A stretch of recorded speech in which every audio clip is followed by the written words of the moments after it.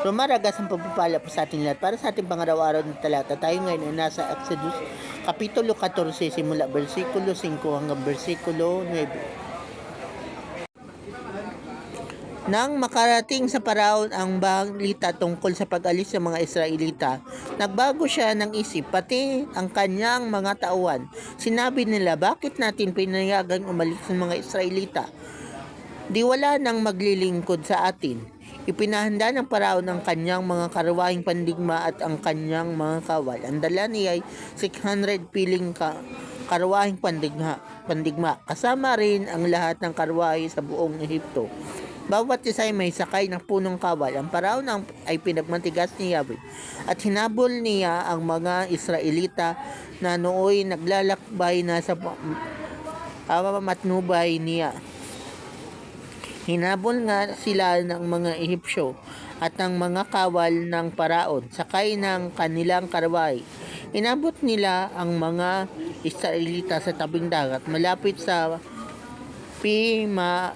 Pihahirot sa tapat ng Baal Sipon.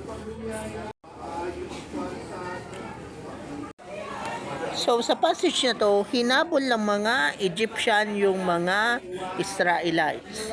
Kasi itong mga Egyptian ay meron pa ring slave master mentality. Kasi ang turing pa rin nila sa mga Israelites ay kanilang mga slave. Totoo naman yung mga Israelita, kung yung mga Israelites, wala silang kalaban-laban doon sa mga Egyptians.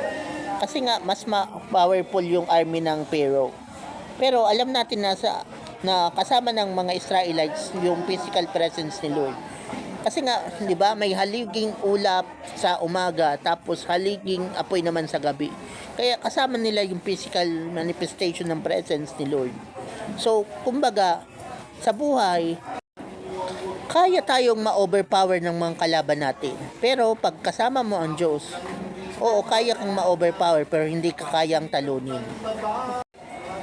Totoo na yung mga army ng Pharaoh mas makapangyarihan kaysa sa mga Israelites. Pero kasama nila si Lord, kaya hindi sila matatalo ng mga Egyptian.